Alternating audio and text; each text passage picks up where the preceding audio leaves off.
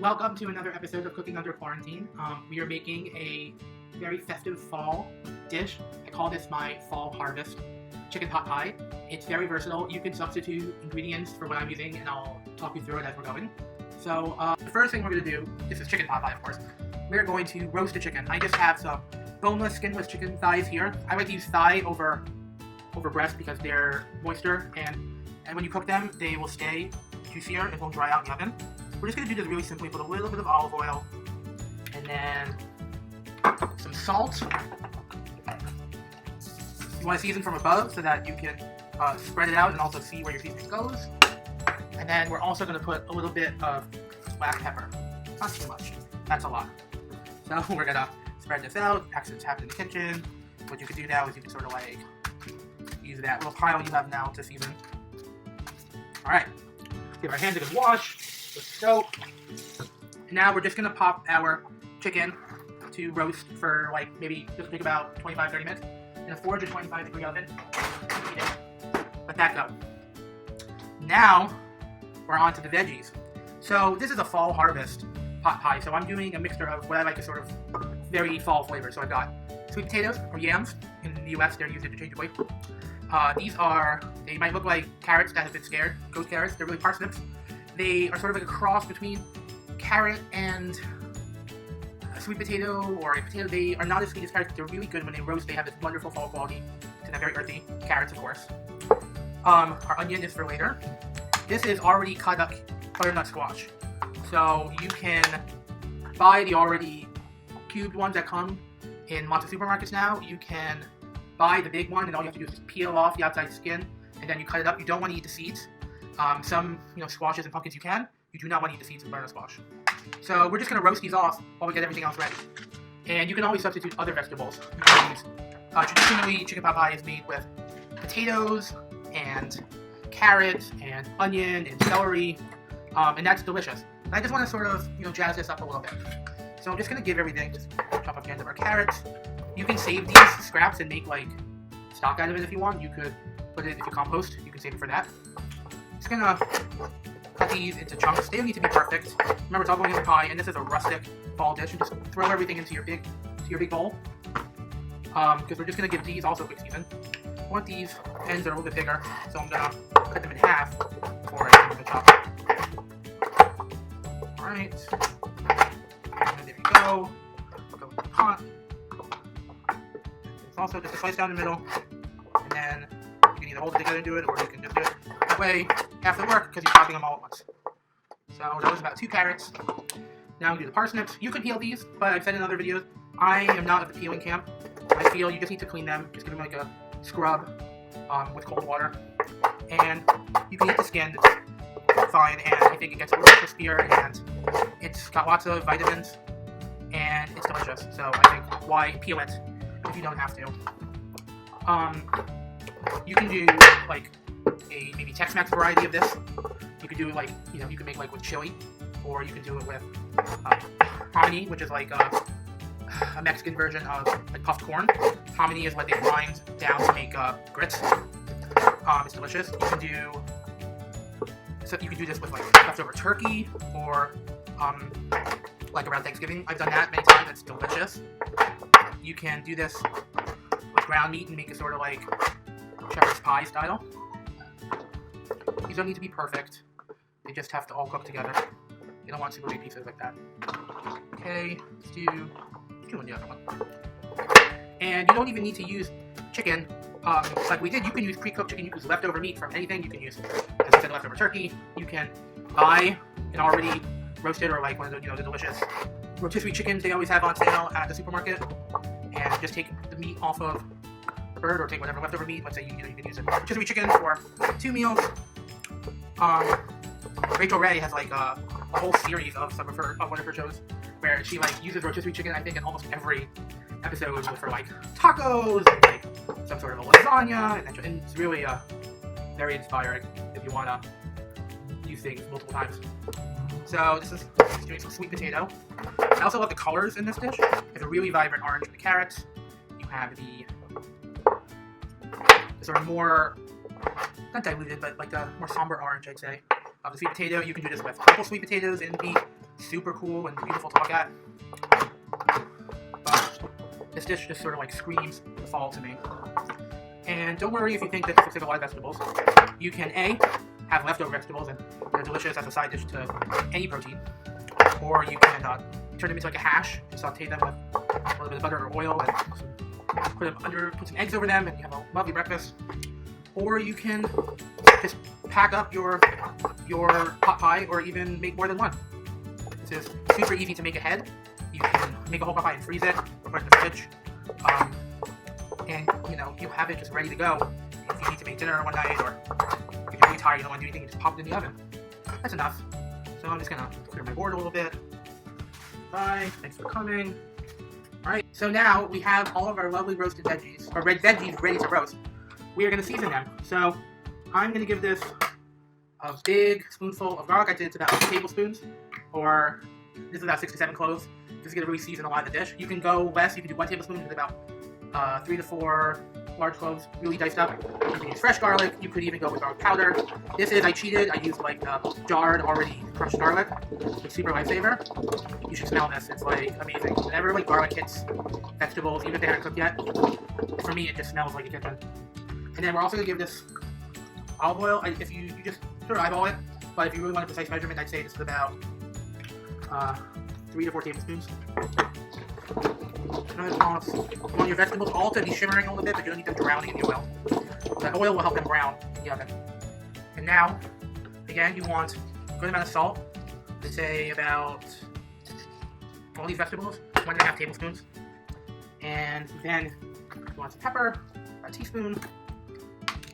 And then I'm gonna go with something that's also very harvest fall for me. We are going to my giant batch that I use for my catering. This is dried rosemary, and I think fresh rosemary would be something I would stick with for if you were doing like your proteins and your meats, or if you were doing like a brisket or lamb and rosemary go wonderfully together. That's where I use fresh. Dried is perfect for these vegetables, especially if they're going to cook in the oven, and the fresh will lose a little bit of its vibrancy as it goes. So that's perfect. Now I'm going to take a baking sheet lined with parchment paper. Parchment paper is so great. It is non-stick, so you can put stuff on there. It will protect your pans. It will come right off for easy cleanup. Trust me, you want to use it. And it can usually go up to high temperatures. I mean, it can go up to 425, and you can potentially use it up to 3 times. I usually say after 2 times it's kind of done. But for baking also, it's amazing. So just get all your veggies onto your tray, and then you want to spread it out. You want almost a single layer.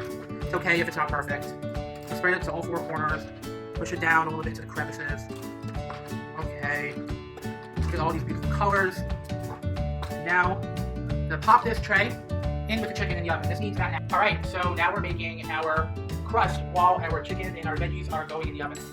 So, to make your life super easy, you want a food processor. Like this. If you don't have one, you can use a big bowl and a pastry cutter. You can use 2 forks, you can use a hand mixer, you can use a stand mixer if you have that.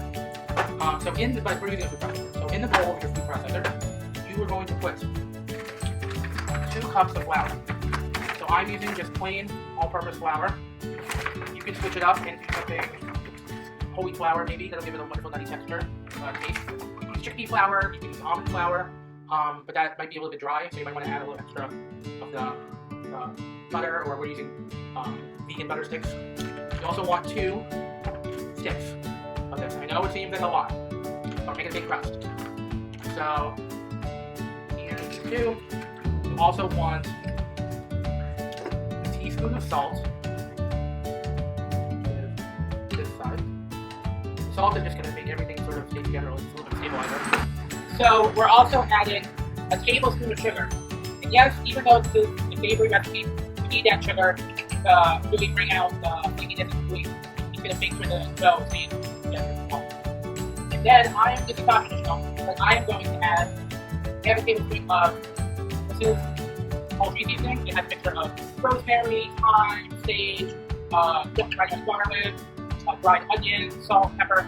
It's, usually use it when you have Thanksgiving and you're seasoning the bird. I think it's delicious and it's really good. A little bit in the dough, it'll flavor the whole thing. And this is very not typical, but I love it. I put a little bit of sugar in it. It gives it a little bit of that thick flavor, and also it's such a wonderful orangey color, which matches up nicely with all the wonderful colors we have with our vegetables. So we're gonna put it on like that. So those toss everything down. Just give it a few pulses. You want to start to break up your butter, margarine, your shortening if you're using that, but you don't want it to be too big. And now, through the feeder, or if you're doing this manually without the president, you want to go like a little bit at a time. You're going to add ice water. Now, what that's going to do is it's going to make the dough come together into a ball, and once it's together in a ball, we're going to take it out. But also, it's going to keep it flaky and make sure that the butter margarine doesn't melt, and it's going to give us a more tender, flakier crust. So just put on low and start doing the sauce. Don't be afraid to get some ice in there. Don't be afraid to get some ice in there too. See how it's already coming together a little bit?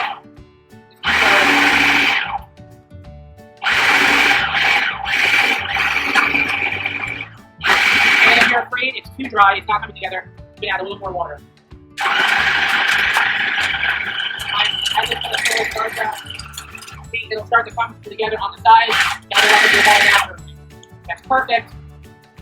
So we have our wonderful dough. We are just going to lightly flour.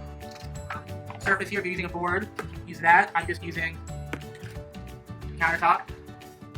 Take out your dough carefully. You might have to take it off of the blade, that's okay. Right, wash this in the dishwasher. Take a look if you have any other pieces. Okay, if there's some smaller chunks of ice I haven't broken down, that's also okay. It'll melt while you're cooking later and create wonderful pockets of moisture and flakiness in your dough. So, we just want to pad this out a little bit. We're not kneading it. It's not challah. It's not bread. We want to just form it into a dough so it all stays together. Look how beautiful, vibrant orange that is. That's from the turmeric that we added. And you can see little flecks of dried herbs and poultry seasoning. That looks wonderful. Now, we're just going to take some plastic wrap. Okay. Put our dough in the center of our plastic wrap. Make sure you wrap it up tight. And fold the sides. Don't want any big pockets of air. Now we're going to put this in the refrigerator for at least half an hour, up to 2 hours, or even overnight. So I've taken our chicken out of the oven. It's just very roasted. I'm going to chop it up into chunks and throw it in a bit. And now we're going to get started on finishing up our filling. So just taking a pan, putting a little bit of chicken drippings and some olive oil on the bottom to heat it up. Just about medium. And while that's going, I'm going to chop up my onion. So easiest way to chop an onion, you have to start at one end, maybe get a sharper knife, and if you just peel the rest of the onion, you keep the sort of root end intact, and you peel the rest of it. You don't want that first layer. It's very fibrous. It's really tough to break down, and it's not going to taste good in our dish. So you just sort of peel everything towards the root end. Alright. And you can chop off everything all at once. There you go. Throw this out. And now, this is gonna be my easy way. Chop it in half, right through. Then, you want to have the end cut off so you can lay it down flat. Just start cutting it, not all the way through, just almost to the bottom. Like maybe half an inch pieces. And then you'll cut it the other way. Same sort of thing. Make sure you try to keep it intact. If it falls apart, okay. And now you sort of hold it together and down. And now you have really equally sliced chopped onions. I'll show you the other side so you can see it again. Okay. I'm going to go one end. Then I'm going to go once down there, and down the other way. Now you have equal sized pieces of onion. Okay, so now we're going to just take our onion, put it into our pan. That's just how we want.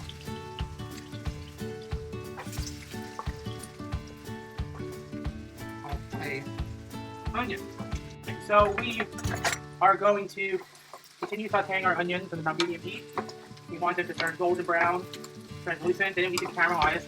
That's for a different dish. That's for a different kind of dish. But in order to heat up the process a little bit, we're going to add a little bit of salt. We'll season every layer of our dish. Give it a little flip. And then after a minute, we're going to add our garlic in. We don't add our garlic in at the beginning because we don't want it to burn. Burnt garlic ruins your whole dish.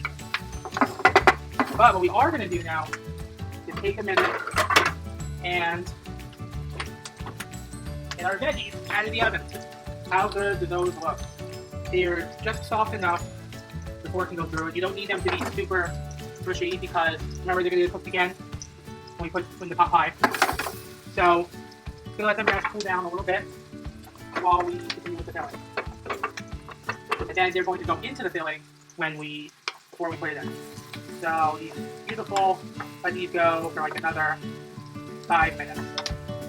Our onions are looking nice and golden brown. We're going to add garlic. I'd say about a tablespoon. But go with your preference. And to the stir. Now we're going to start to build our roux. Our roux is going to thicken up our whole thing. So with a mixture of flour and a mixture of fat, in this case we use a little olive oil. And that'll cook in that mixture sort of become a paste. And that will thicken up our whole sauce, our coating for our pot pie. So to our oil and onion, we're just going to add some flour. I say about a quarter of a cup. So you can measure this, but I'm just eyeballing it. You want it to be thick, but you don't need it to be, it's not a pastry. Just mix it together. It needs to be perfect. You can see sort of like it'll start to bubble a little bit, and the flour will start heating up the oil. And don't worry that the onions are covered in it. We're going to deglaze when we add our liquid for our sauce in it, and everything will loosen up. We're going to cook this a little bit just so that you don't have that raw flour taste in your pot pie. You could do cornstarch slurry, as they call it. You take a little bit of cold water and cornstarch, and you mix it, and then you add that to the sauce after probably been cooking a little bit. They do that a lot in Asian dishes. You can use arrowroot if you wanted to. That's also a natural thing to use. Keep cooking for like another minute or so. Put it out. And you don't want it to burn because people walk on it. And just let this keep cooking. Alright, so this has been cooking. See, it's getting nice brown, but not burnt. You brown and you get flavor. And start to beat it up because it's a layer. Now we're going to do what's called deglazing, where you add liquid to your pan and get all the drippings to the bottom. I'm doing cooking stock. I say let's start with about 2 cups, 2.5 cups, and then we can always add a little more later. And you can already see that sort of break up a little bit of onion. Roux is thickening up. You can see it's getting a little bit of a lighter color and sort of bubbling on the side and thickening up nicely. Remember, we want this to coat all of our vegetables and our chicken. We're going to need this. We're going to add the rest of our chicken broth. I say it's about 4 cups of oil. You can use vegetable stock, you might use vegetarian. It's whatever you want to do. Now we're just going to sort of let this simmer for a few minutes.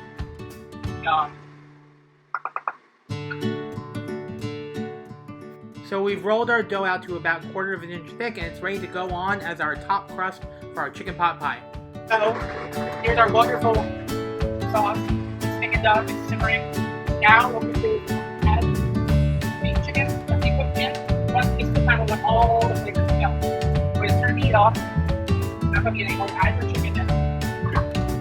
Now we're going to add veggies. Here's another cool thing about our flavor. Bam! Transport. Alright, there you go. And stir, you want to get everything coated.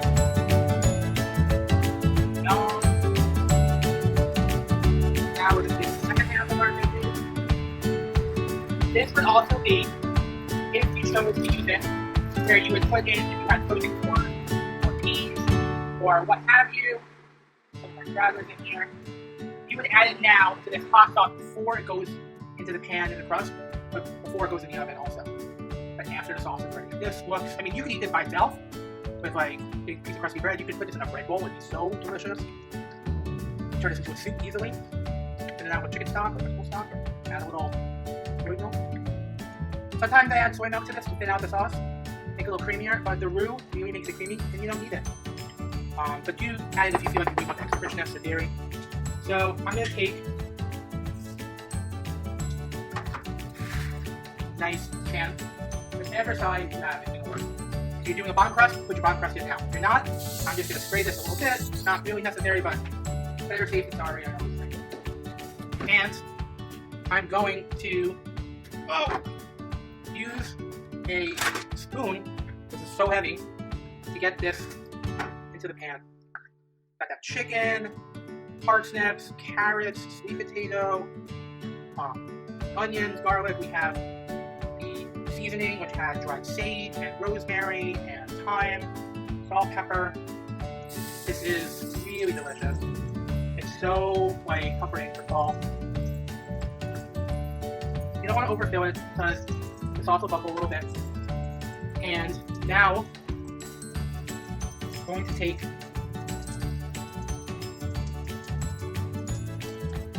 my crust. It's sticking a little bit, but that's okay.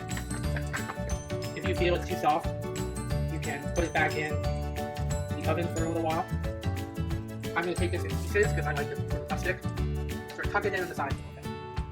As you go, tuck it in and make it fit your pan. If you're using a pie pan, you probably just want one sort of whole layer. But I sort of like to do this. I want people to know it's homemade. I want it to look artsy. I feel if you get it too smooth, then it's not exactly homemade anymore. Or it looks it, but... So, this looks perfect. Because it's going to puff up and as it bakes, they're going to sort of meld together a little bit like the side here. And the only thing you need to do is take a knife, cut a couple of slits. Because you need to give it some air. Breathe, and for the steam to escape. And just put 3 nice slits. Keep this on the baking sheet, and